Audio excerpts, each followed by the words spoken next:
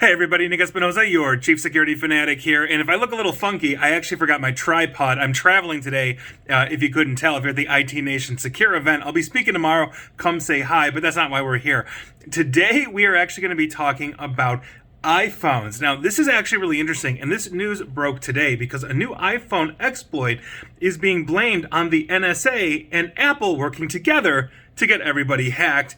And that's according to Russian intelligence. So here's what's going on. Now, this is coming from a write-up from Lily Hay Newman and Andy Greenberg of Wired, and I thought they did a really good job. Now, in a report published today, as I mentioned, Kaspersky, that's the antivirus maker and research outfit based in Moscow, said that at the beginning of this year, they detected targeted attacks against iPhones after analyzing the company's own corporate traffic on their own corporate network from iPhones. Now, the campaign, which they are calling Operation Triangulation, is said to have been ongoing, appears to date back to 2019, and utilizes multiple vulnerabilities in Apple's iOS mobile operating system to let attackers take control of the victim's devices. Now, Kaspersky says the attack chain utilizes a zero-click exploitation to compromise targets by simply sending a specially crafted message to victims over Apple's iMessage service. This is very similar to the NSO Group's Pegasus, where they could simply text you a crafted message and zero-click, you're infected, meaning you don't have to tap anything. So in this case, a victim receives the message, which includes a malicious attachment, and the exploitation would then begin whether you open the attachment or not.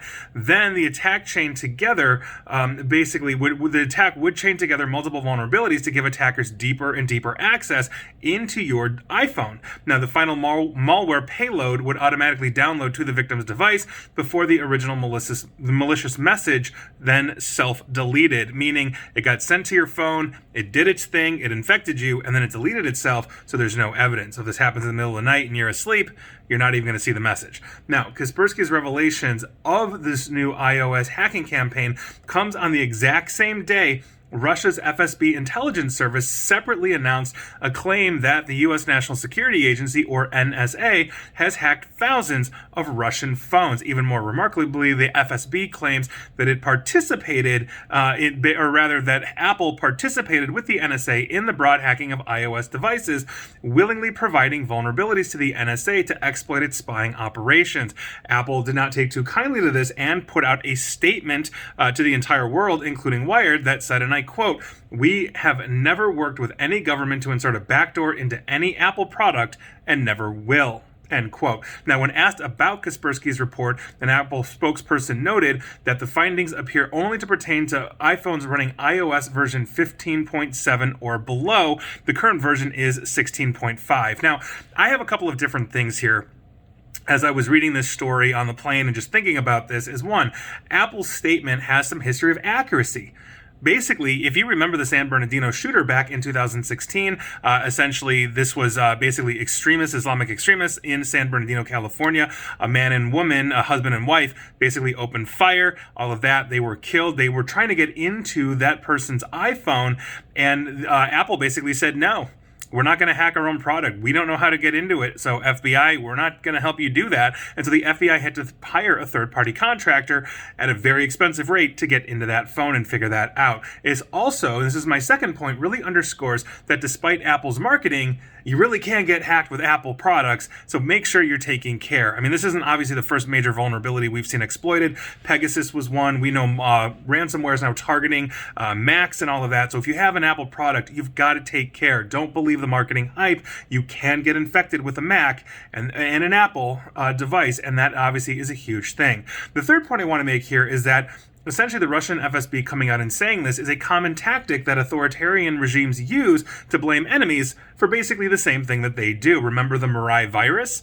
That's obviously a huge thing from the Russian intelligence that hit the world. They are prolific at these kinds of things. Now, that's not to say the NSA didn't do this or they're not breaking into phones. Obviously, we are, the United States, I should say, in support of essentially the Ukrainian people as the Russians have invaded that country. It's been over a year, et cetera, et cetera. If you're a longtime follower of me, you know my involvement with that, et cetera, et cetera. So obviously that's a very interesting thing, but quite frankly, it's hey, don't look at me, look at him, because I'm blaming him for something that I'm doing or accusing him of something that I'm doing.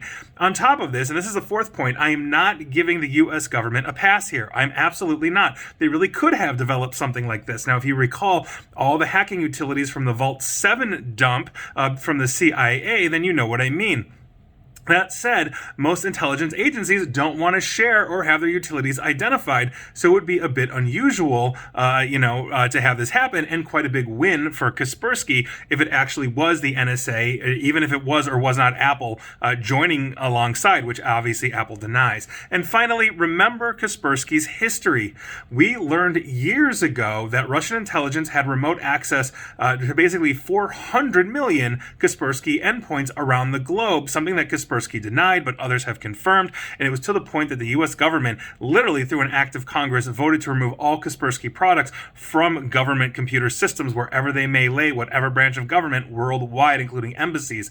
And so Kaspersky doesn't exactly have a clean history, of being direct, no matter what Eugene Kaspersky says. I actually met the guy once. He seemed like a very nice guy, but again, they're based out of Moscow. Moscow at the moment is essentially not just waging a war against Ukraine, but they're also waging a PR campaign in the world to try and drum up support. And obviously anything that throws, let's say, somebody in opposing Russia, especially a major adversary like the United States, under the bus would probably be a good thing. Again, not saying that the U.S. government is guilty or innocent. We honestly don't know, but it's highly suspect that they would be in this case, given the claims and accusations that Russian intelligence has made. It just doesn't line up, especially from Apple's corporate policy that has consistently been against turning over or working with these agencies to do things like break encryption to get into their own devices. So there you go. Take it for what it's worth. That is your interesting news of the day. And again, if you're at this conference, IT Nation Secure, I'll be speaking tomorrow. Come say hi and tell me you saw this.